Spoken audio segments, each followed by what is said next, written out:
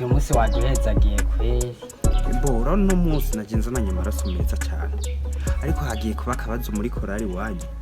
Nanga yari meze nabi yavuga nabi cyane.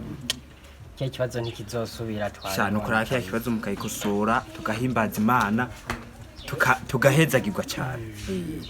Mugabo dadi. Kabisa jenye imbara amasengesho nayimazimwe imisi niyiriza. Hariho ibimenyetso maze imisi mbona mugabe kananira gutahura kandi vyiza cyane. Ibimenyetso byagute mbwira urabizi?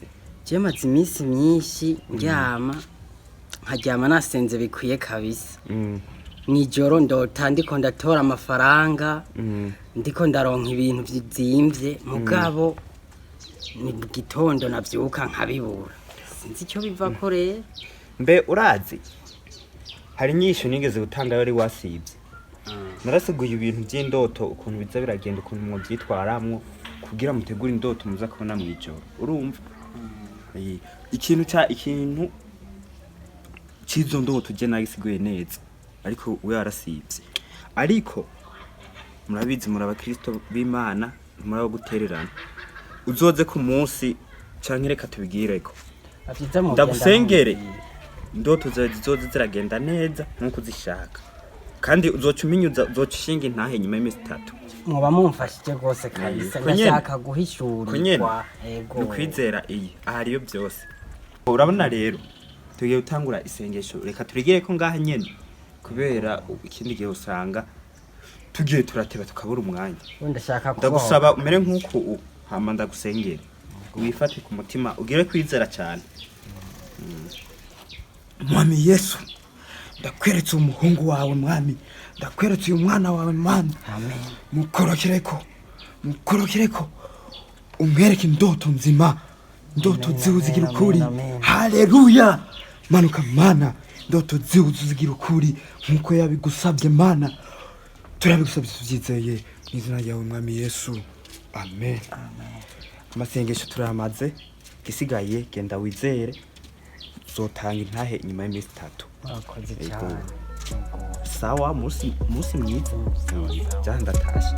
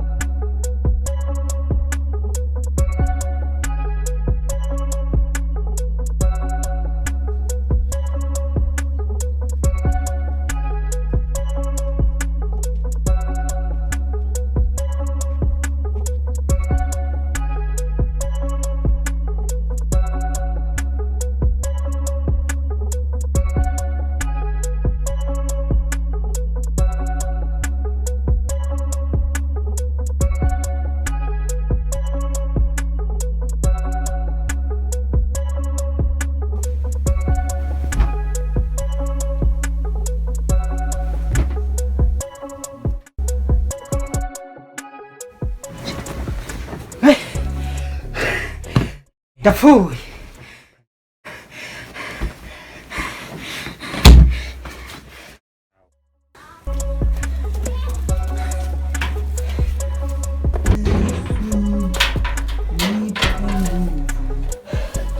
Wa Mungu wa Yesu waiki. Nibiki? Shamusengira wacamaze amazi imisi ibibazo byinshi. Tekana ubwire haguruka. Namaki. Prophet. Nyuma yuko munsengeye. Ujya ntimwigeze mwibesha kabisa. Ne uje kumpi ntaye kujura hemagirika. Ego ni ntaye mugabe komeye kabisa. Dore ko sengera hishurirwa mu sengero kwacu. Nizere ko bitoba we. Naraye ndarota ntora amafaranga ndayaronka. Wow. Urazi ikintu kimbaye kuri uyu munsi nawe. Aya masengesho yawe uhagarike n'ukuri. Ndagusabye hagararira hanyene je sinokwemera gupfa. Duhagarike umurimo w'Imana ari utategetswe. Aya masengesho sinoyemera. Duhagarike umurimo w'Imana niwo dutegerezwa gukora. Amasengesho harategetswe kurokora ubuzima bwanyu biciye mu mpwemu. Ngira rero hakurikiye iki? naraye ndarota mpfa kandi ndazi nta n'amasaha nsigaje kuko ibyo mbonye byose ndabibona. Nukuri nkure ko y'amasengesho yawe. Nibyo. Ego. Gusa warose utoye amahera turatora. Yarabaye. Ariko uremera yuko ishaka ry'Imana rizo ziraranguka kuri wewe. Mugapana gupfa. Banzu nyishure ego canke oya. Urashaka yuko ishaka ry'Imana riranguka muri wewe. Ishaka ry'Imana ni riranguke mugabo riranguke. Genda rero. Ndawitegure umuhungu w'Imana. Yesu aragushaka. Nitegure gupfanya guhitegura gukubitwa n'inkuba ngo mara pastori muza muduteka imitwe. Ututse pasteur. Kura mwe masengesho yawe. Ututse prophet. Kura mwe masengesho yawe ntavyo prophet. Ntavyo prophet ngaho. Uje gutuka prophet yasizwe mufuta n'Imana. Uje kumuhanga. Reka kuba muteka imitwe abantu ntavyo prophet. Sindakure kura nkura kwa masengesho yawe. Genda witegure. Nkura mw'ivyo bishaka. Ishaka ry'Imana giye kuranguka. Reka rongende nawe ndakwereke. Ubu uyemeje ko ufite amasengesho ndagiye ku mupfumu ndaraba gutangira ngo genda reka ngende kwe dukangwa n'ibiguruka